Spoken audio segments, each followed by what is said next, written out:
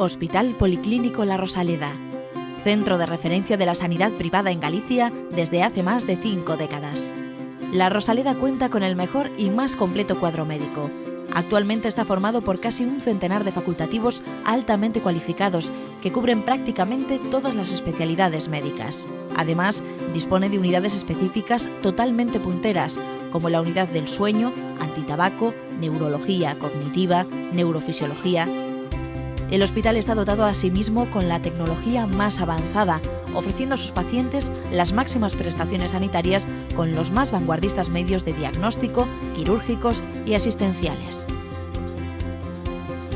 Más de 10.000 metros cuadrados a tu disposición, con unas instalaciones recientemente reformadas para una mayor confortabilidad, exclusividad y el mejor trato a sus pacientes.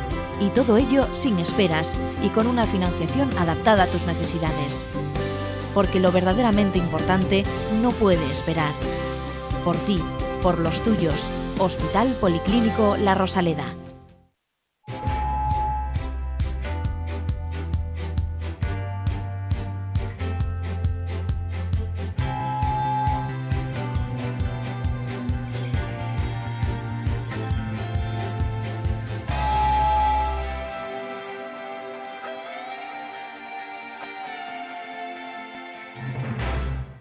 Hola, bienvenidos. Otra semanita más. Ya estamos aquí los pesados de Falando de Saúde para contarles cosas que esperemos que sean de su interés en aquellos elementos que conforman nuestra vida diaria para tratar de ayudarles a que vivan ustedes y nosotros más y mejor.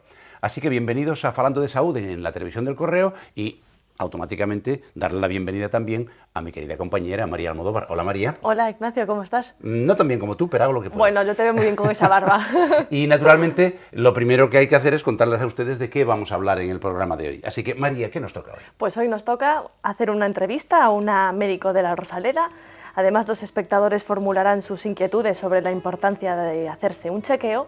Por otro lado, el doctor Ignacio Balboa volverá con una de sus explicaciones, en este caso hablará de la albúmina, y para finalizar aprenderemos unas pautas para tratar los esguinces con el equipo de fisioterapia de La Rosaleda.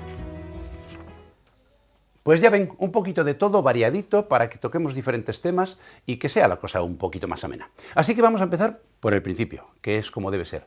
Y claro, cuando le vean la cara a nuestra invitada de hoy, porque es una mujer, una señora, una doctora, les va a resultar muy familiar. ¿Por qué? Porque es ya parte del paisaje de Falando de Saúde. Es la doctora Silvia Rodríguez, que es la responsable de las urgencias y de la unidad de chequeos del Policlínico de La Rosaleda. Doctora Rodríguez, bienvenida. Venga, ya. Sí, la verdad que solo me queda dormir aquí ya. Sigue así que te vamos a poner una camita. Se llegará, todo llegará. Vamos a ver, Silvia. Vosotros en La Rosaleda habéis arrancado ya hace algún tiempo con una unidad que creo que no existe en muchos sitios, corrígeme si estoy equivocado, que es una unidad en la cual se le da la oportunidad a cualquier paciente de hacerse un chequeíto general, una revisión, porque cuando vamos al coche, al mecánico para que nos revise el coche, nos quedamos muy contentos. Sin embargo, no lo hacemos con la frecuencia debida para chequear la cajita del cuerpo, como yo le llamo. ¿Qué tal esta unidad? ¿Por qué la montasteis? ¿Cuál era el objetivo? ¿Y qué es lo que hacéis ahí? Bueno, efectivamente, la tendencia hoy en día es la prevención, con lo cual, bueno, si uno está enfermo tiene que ir al médico, indudablemente, pero lo importante es evitar estar enfermo, y para esto no hay mejor cosa que prevenir. Es por esto que, bueno, unidad de chequeos, etcétera, etcétera, hay muchos, muy variados, pero precisamente nosotros hemos apostado por un tipo de chequeo distinto, es decir, hay ofertas, si entras en internet, chequeos en todos los hospitales, en todas las clínicas, pero la mayoría son chequeos estandarizados, chequeos en los que se tiene en cuenta sobre todo un par de parámetros, sexo, edad, pero nosotros apostamos por el chequeo personalizado, es decir, un chequeo absolutamente adaptado a la persona. Un traje a medida. Efectivamente, en un chequeo estandarizado tienes en cuenta un par de factores, pero obvias cosas tan importantes como qué enfermedades ha tenido el paciente, antecedentes familiares, antecedentes personales, la propia preocupación del paciente, porque muchas veces pues alguna molestia que tiene pues le preocupa y resulta que pues no tiene la importancia, o sí, es un dato que haciendo un chequeo pues nos lleva a ver algún tipo de patología o algo que podría evitarse que se vuelva una patología. ¿Y qué ocurre con el cáncer? ¿Forma parte, digamos, del diagnóstico precoz cuando uno se hace un chequeo, doctora? Bueno, efectivamente el cáncer, evidentemente, la mayoría de la gente que se hace un chequeo está pensando en el cáncer, pero es un objetivo muy importante, pero no es el objetivo principal. El objetivo principal de un chequeo es el detectar factores de riesgo que en la mayoría de los casos son modificables y de esta manera actuar, de esta manera dar pautas para corregirlos y evitar que aparezca la enfermedad, porque efectivamente, hombre, lo ideal es que cuando la enfermedad aparezca detectarla cuanto antes, evidentemente con respecto al cáncer, que mejor, y sobre todo hoy en día, que muchos de los cánceres, además más prevalentes, son absolutamente curables y se detectan a tiempo, pues evidentemente, objetivo importante. Pero lo ideal es que no aparezca el cáncer. Lo ideal es que no aparezcan las enfermedades. Y esto muchas veces, detectando ciertos factores de riesgo y modificándoles, dando pautas para modificarlos, pues evitamos que aparezcan, que es lo fundamental. Silvia, se dice que si fuéramos capaces de prevenir antes de que aparezcan un núcleo de factores de riesgo y de enfermedades ligadas a ellos, seríamos capaces de evitar más del 50% de las patologías que sufrimos hoy en día. Estamos hablando obviamente de la hipertensión arterial, de la obesidad, de las trombosis.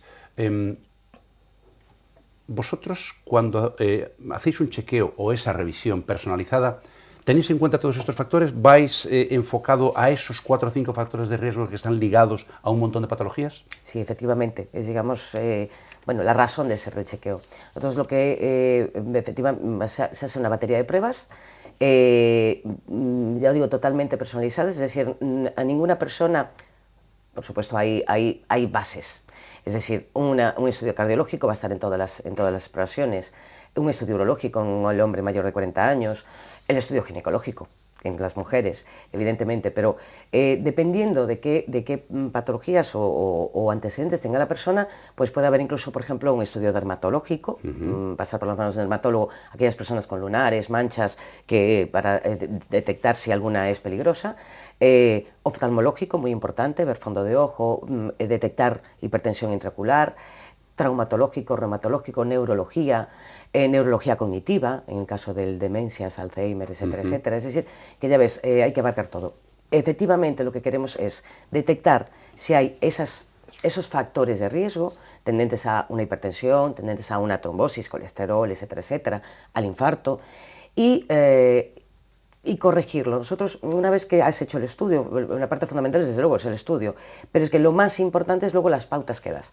Damos no solo tratamiento si es necesario, sino además pautas para corregir pues, dieta, qué tipo de ejercicios convienen, etcétera, unas pautas de vida, unas pautas, digamos que para seguir y evitar que...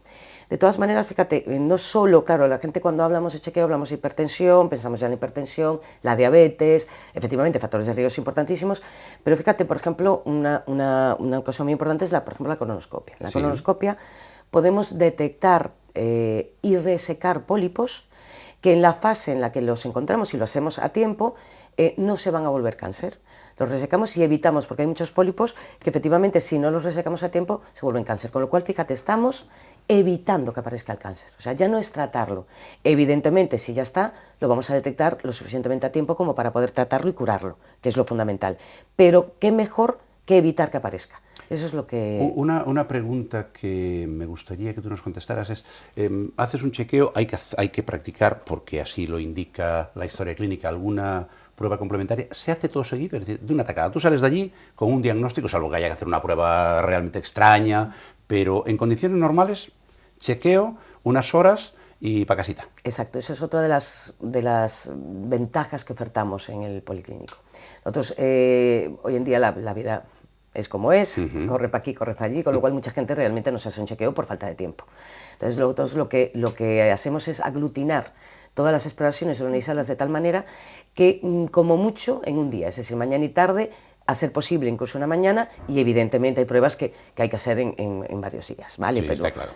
Pero bueno, salvo cosas muy concretas, solemos hacer todo, pues eso, incluso a veces no las hacemos a lo largo de toda la mañana porque cansaría mucho a la persona. Entonces hacemos unas pruebas por la mañana, dejamos descansar un poco, come y demás, y luego continuamos por la tarde. Pero efectivamente lo que hacemos es organizar todas las pruebas en un mismo día para perder el mínimo tiempo posible. Y luego establecemos otra consulta para dar todo, que yo siempre aviso, la consulta definitiva, es la consulta del informe, ya les digo, 1 hora mínimo, porque en ella explicamos el por qué pedimos cada una de las pruebas, qué queremos conseguir con ello y qué hemos encontrado con ello. Y luego, por supuesto, pues todas las pautas necesarias para mejorar la calidad de vida. Volviendo un poco a lo que se puede detectar haciéndose un chequeo, ¿qué ocurre con la muerte súbita, ¿no? Que tanto alarma, sobre todo cuando afecta a una persona joven, doctora? Pues efectivamente, hombre, ahora estábamos hablando de chequeos así en general, de personas, pero bueno, hay el chequeo deportivo, y el chequeo deportivo la verdad es que es fundamental. Muerte súbita, Dios mío, efectivamente crea mucha alarma social. ¿Por qué? Porque ocurre en personas jóvenes, en muchos casos, personas incluso deportistas, que nadie diría que, Dios mío, que esa persona se pueda morir. Bueno, pues lo increíble es que muchas de esas patologías que producen muerte súbita son detectables. Hay algunas que con los medios que tenemos hoy en día no, pero la gran mayoría, por ejemplo, la cardiopatía hipertrófica, que es una causa fundamental de la muerte súbita, algunas síndromes arritmogénicos, es decir, enfermedades que producen arritmias, o también las canalopatías, que son, por ejemplo, la enfermedad de Brugada. La enfermedad de Brugada es una enfermedad genética, es una arritmia cardíaca que se detecta con un electro. Con lo cual, mira tú, o sea, qué fácil, y que si no se detecta, efectivamente puede producir arritmias importantes, incluso la muerte del paciente. Aparte es genética, con lo cual, una vez detectada, no solo tenemos que estudiar a la persona afecta, esperando que no sea ya tarde, pero hay que estudiar también la familia, porque como es hereditaria, en muchos casos, estudiando a la familia, podemos establecer tratamiento o incluso medidas preventivas para que ellos pues, no tengan problemas. Esa fue una aportación importante de uno de los mejores cardiólogos españoles de la historia, que es el doctor Brugada de Cataluña, que efectivamente descubrió que había algunas familias que tenían un gen que les provocaba arritmias que en muchos casos podían ser mortales. No es mala cosa eso de estudiar el ritmo del corazón, que a veces lo perdemos.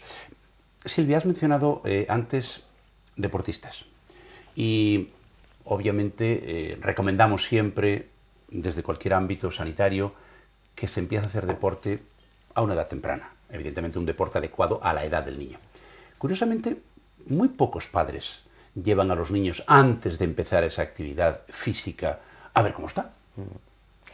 La verdad que, mira, a mí me sorprende ahora que estoy en este mundo y que, bueno, de hecho, hemos hecho chequeos deportivos a gran escala, Federación de Baloncesto, por ejemplo, bueno, ya ves, el Obradoiro, etcétera, etcétera. A mí me sorprende la cantidad de chavales, no tan pequeños, que nunca se han hecho una analítica ni nunca se han hecho un electro. Chavales que incluso juegan, o sea, que incluso están federados, incluso están, digamos, en varias competiciones, sí. O sea, que están haciendo un ejercicio importante. Bueno, pues, evidentemente, no hay edad para el chequeo deportivo, es decir, ya lo dice el nombre, debe hacerse siempre que se haga deporte. Y consta, lo básico sería una analítica básica, 4 cosillas, y un electro. Por supuesto, siempre después de una entrevista, donde, bueno, preguntamos aquellos factores que podrían ser un riesgo, y una buena exploración.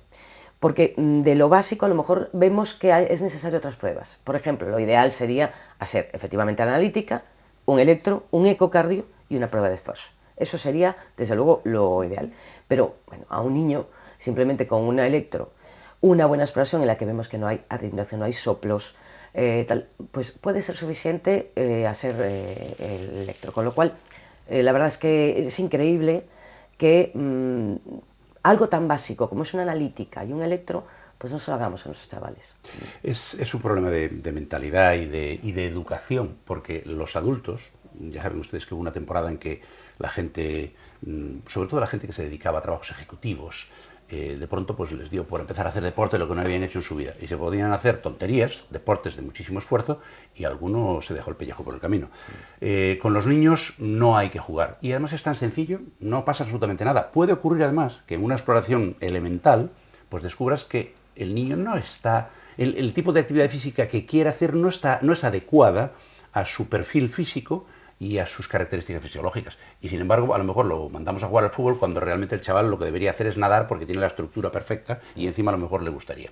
María, ¿preguntitas de nuestros oyentes, televidentes y demás? Por supuesto que sí, no Vamos faltan. allá. Saben ya de sobra que pueden ponerse en contacto con nosotros enviándonos un correo electrónico a falandodesaude@correotv.es o pueden preferirnos, como también ya saben, a través de las redes sociales como son Facebook y Twitter. Doctora, tenemos dos preguntitas, aunque la primera ya más o menos algo ya comento al respecto. Rosalía de la Lin dice, doctora, ¿para hacerse un chequeo es necesario acudir acompañado? ¿Tengo que quedarme ingresada? Pues mira, es una buena pregunta. Efectivamente, bueno, depende de la característica del chequeo. Si vamos a realizar, por ejemplo, una colonoscopia o una endoscopia digestiva alta, esto se hace bajo sedación para crear las mínimas molestias posibles. Con lo cual, sí, lo ideal es que vaya acompañado porque, bueno, aunque no se duerme y va a salir despierto y demás, bueno, no está como para coger un vehículo. Pero también es verdad que, bueno, aparte tenemos gente que viene de fuera, por ejemplo, de Madrid, hemos tenido pacientes bueno, de muchas partes, que incluso entonces sí que se les ingresa por comodidad, pero es que a veces tenemos que hacer pruebas, por ejemplo, hay personas que le hacemos un estudio de la apnea del sueño. Tiene que estar ingresado, efectivamente, porque sabéis que es un estudio que se hace por la noche, con el paciente dormido y demás, con lo cual se organiza de tal manera para que durante el día se hagan unas pruebas, por la noche se hace esta y luego se continúa haciendo el resto del día. O sea que sí, depende, hay muchas, normalmente se suele hacer en un día, pero hay chequeos, macro chequeos, en los que sí que es necesario el ingreso del paciente. Muy bien, Marta de Santiago. Doctora, ¿el hacerse un chequeo excluye hacerse otro tipo de pruebas médicas como una citología? No, el hacer un chequeo no excluye nada, todo lo contrario, añade de todo. Evidentemente la citología es algo que ya es un chequeo que afortunadamente está en nuestro vivir, es una costumbre, ya toda mujer es raro que no vaya a un ginecólogo.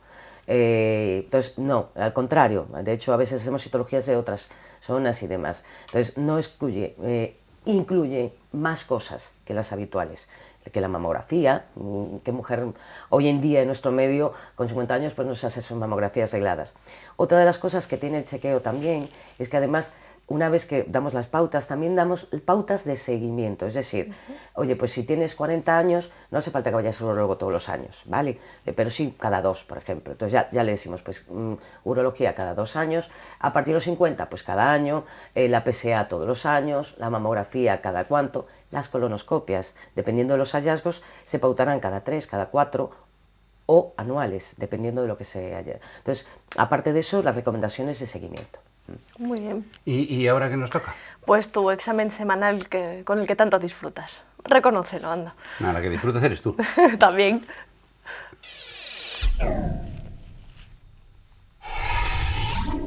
Bueno, a ver, que estás facilita, anda. A ver. A ver, háblanos de la albúmina. Facilita, dice. Cuando de esta dice facilita, vamos bien. Vamos a ver, vamos a empezar por el principio. Sangre. Dentro de la sangre hay dos tipos de cosas. Hay una parte líquida y una parte, digamos, de células. Bueno, pues la parte líquida, eso que llamamos plasma, tiene un componente fundamental, que es una cosa que se llama albúmina. Para que se hagan una idea, lo de la albúmina es lo de la clara de huevo. Bueno, pues eso. Pues esa albúmina, que supone más o menos el 50% de las proteínas que van en la sangre, tiene varias funciones y todas muy importantes. La primera es que controla la presión oncótica. ¿Y eso qué es? Pues verán ustedes, es lo que hace que los líquidos de fuera de los vasos entren o salgan. Si hay mucho líquido fuera, para que entre y poder eliminarlo, o si hay poco líquido fuera, que salga fuera desde los vasos para que la cosa esté equilibrada. Esa es una de las más importantes. Otra no menos importante es que forma parte de la composición de algunos tejidos. Además, es uno de los transportadores más importantes que lleva la sangre. Es decir, a esas moléculas de albúmina se unen muchas cosas. Por ejemplo, algunas hormonas, algunos medicamentos. Bueno, pues es un transportador de esas sustancias de un sitio al otro del cuerpo. Por cierto que la albúmina es una proteína que se fabrica en el hígado. Por tanto, puede haber falta de albúmina en la sangre con los consiguientes trastornos en el caso de que el hígado no funcione bien, por ejemplo en la cirrosis, o alternativamente porque no tomamos los elementos necesarios, los que se llaman aminoácidos, para que el hígado sea capaz de sintetizar, de fabricar la albúmina. En esos casos pues estaremos bajos de albúmina y lo veremos en un análisis de sangre, con lo cual bueno, pues habrá que corregirlo. Y puede ocurrir también que haya exceso de albúmina, pues en algunos casos que no les voy a contar porque realmente son complicadillos, son enfermedades raras, pero también puede ocurrir. La albúmina no se elimina por la orina. Si aparece albúmina en la orina es que el riñón está funcionando mal, lo cual es también un síntoma de que tenemos un trastorno y que hay que corregirlo. Pues ya saben, clara de huevo, albúmina, una proteína en sangre. Por cierto, que es una proteína que tiene una particularidad que todos ustedes conocen, y es que con el calor se solidifica. Por eso cuando cocemos un huevo o lo freímos, la clara se pone dura. Muy bien explicado. Pues es que si lo haces perfectamente. No hay como estudiar, no hay como estudiar. Digo yo. ¿Y ahora? Pues ahora nos vamos a la Rosaleda para que nos expliquen un poquito sobre cómo podemos tratar los esguinces. ¿Te parece bien? Me parece bien. Venga.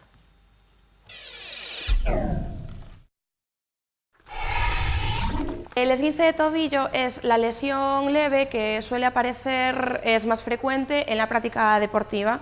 Generalmente se presenta en la cara externa del tobillo y bueno, deberíamos de diferenciar 3 grados de esguince. El esguince de grado 1 es el más leve, no hay en principio una gran lesión anatómica de base y lo que nos puede señalar que tenemos esta lesión, principalmente los síntomas, sería la aparición de la hinchazón, pero sin gran hematoma. Este sería el más leve, no sería de consulta urgente en una primera instancia. Después, posteriormente, si se mantienen molestias o no, pues lo ideal sería sí consultarlo, bien con el traumatólogo o si no con un fisioterapeuta. Después tenemos también el esguince grado 2, que como bien indica, aumenta la gravedad de la lesión. Ya sí que hay una pequeña lesión anatómica de base, hay una lesión en las fibras del ligamento, y sí que nos aparece de primeras una gran hinchazón y quizá hematoma ya en el primer gesto ya lesional. Nos aparece una inflamación en la región del hueso del tobillo, en el maléolo, en la zona superior, que se denomina huevo de paloma, que a las 2 horas desaparece. Este esguince sí requiere atención ya de primeras y quizá una inmovilización incluso, porque tardará en remitir entre mes y medio. Y luego el grado 3, que aquí sí que ya tenemos una gran lesión anatómica, no se presenta tanto dolor porque ya hay gran lesión en la fibra, y sí que aquí se precisa incluso yeso. Bueno, pues ya ven, variadito de todo, pero se nos acabó el tiempo. Ya saben que yo disfruto muchísimo, y María también, y algunos de los invitados, como es el caso de la doctora Rodríguez, disfrutan mucho viniendo, por eso abusamos de ellos y vuelven. Pero nos encanta contarles cosas. Lo que pasa es que el tiempo es limitado y se nos ha acabado esta vez. Así que empezamos con las despedidas. Silvia Rodríguez, muchísimas gracias, doctora, y hasta la próxima, porque tú no te escapas. Pues la verdad es que nos tratáis muy bien, con lo cual encantados de venir, de verdad. Le está cogiendo gusto, se lo digo yo. María, muchísimas gracias una semana más por aguantarme. Ti. No, por favor, me aguantas tú a mí más bien, ¿eh? Y a ustedes, naturalmente, nuestra gratitud por acompañarnos, pedirles disculpas por estas tonterías que a veces hacemos, pero bueno, se trata de que no sea toda la cosa tan seria. Así que si lo tienen a bien, la semana próxima estaremos aquí de nuevo para seguir contándoles cosas sobre la salud, en Falando de Saúde, y hasta entonces mi mejor deseo, salud y suerte.